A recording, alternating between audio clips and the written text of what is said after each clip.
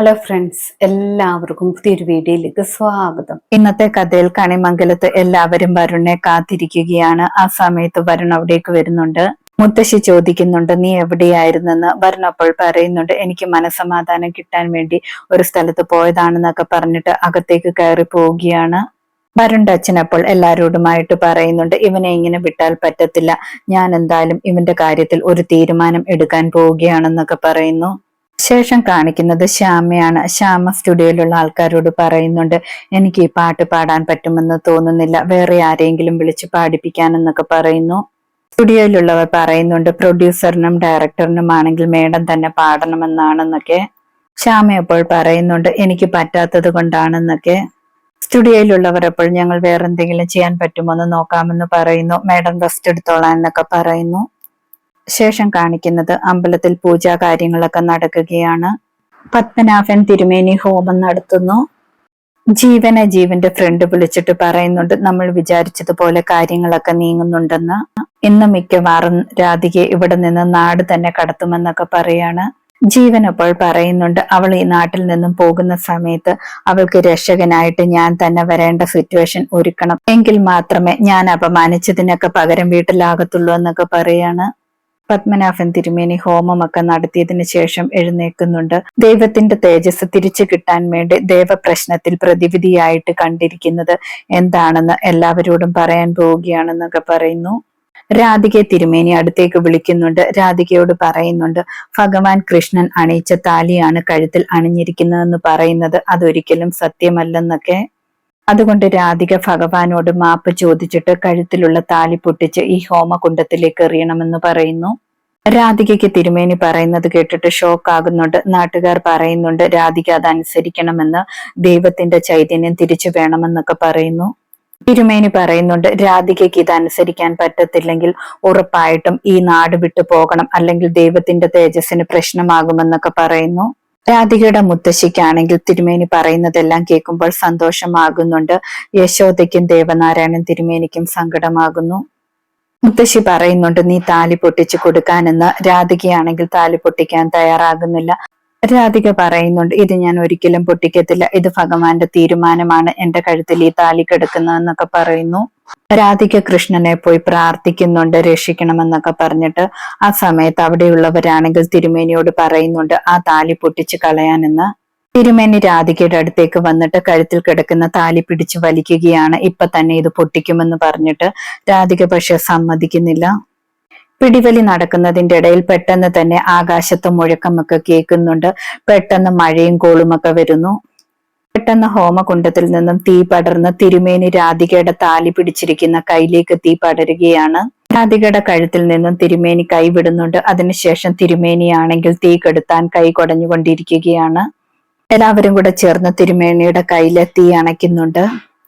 പത്മനാഭൻ തിരുമേനി പറയുന്നുണ്ട്, എനിക്ക് തെറ്റുപറ്റിപ്പോയി, ഈ പ്രകൃതിയിൽ തന്നെ ഇപ്പൊ മാറ്റം വന്നത് ഇവളുടെ ഭക്തി കൊണ്ടാണ്.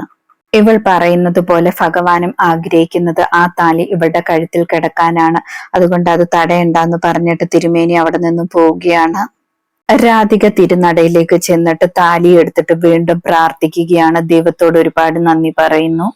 ശേഷം കാണിക്കുന്നത് കണിമംഗലത്ത് വരുണിന്റെ അച്ഛൻ എല്ലാവരെയും വിളിച്ചു കൂട്ടുന്നുണ്ട്. വരുണിനെ മാത്രം അവിടേക്ക് വിളിക്കുന്നില്ല.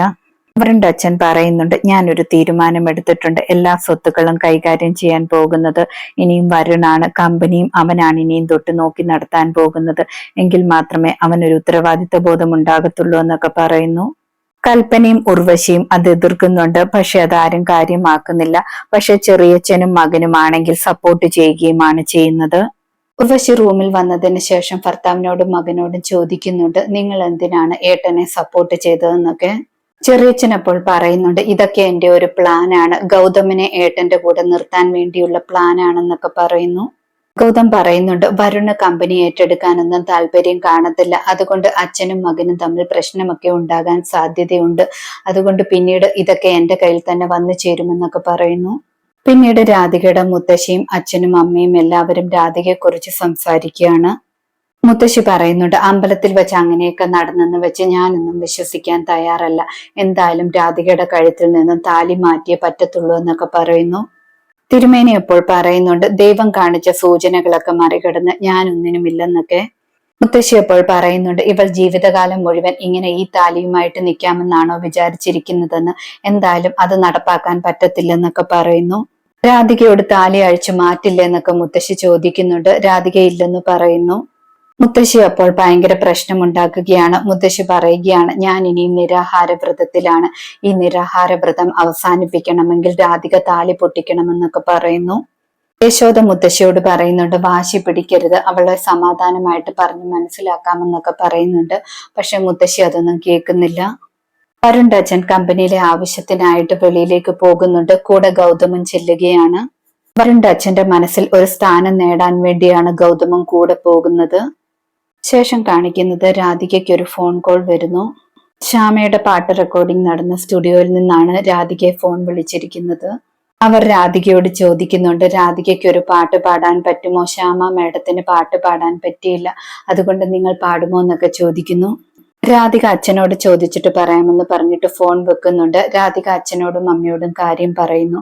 രണ്ടുപേർക്കും സന്തോഷമാകുന്നുണ്ട്. ഇതെന്തിനാണ് ചോദിക്കുന്നത്? നല്ല കാര്യമല്ലേ, നീ പാടാനെന്ന് പറയുന്നു. യശോദ പറയുന്നുണ്ട്, ഇതുവഴി നിന്റെ ജീവിതത്തിൽ ഒരു നല്ല മാറ്റം ഉണ്ടാകുമെന്നൊക്കെ. പിന്നീട് രാധിക അമ്പലത്തിലേക്ക് പോവുകയാണ്. അമ്പലത്തിൽ പോയി ഭഗവാനോട് പ്രാർത്ഥിക്കുകയാണ്, പാട്ട് പാടാൻ പറ്റണേന്നൊക്കെ പറഞ്ഞിട്ട്. രാധിക അമ്പലത്തിൽ നിന്നും വെളിയിലേക്ക് ഇറങ്ങി വരുമ്പോൾ വീഴാൻ പോകുന്നുണ്ട്. പെട്ടെന്ന് വരുൺ പിടിച്ചു നിർത്തുന്നുണ്ട്. വരുൺ രാധികയെ നോക്കിയിട്ട് പറയുന്നുണ്ട്, ഇന്നലെ ഈ അമ്പലത്തിൽ നടന്ന കാര്യങ്ങളെല്ലാം ഞാൻ അറിഞ്ഞു എന്നൊക്കെ പറയുന്നു.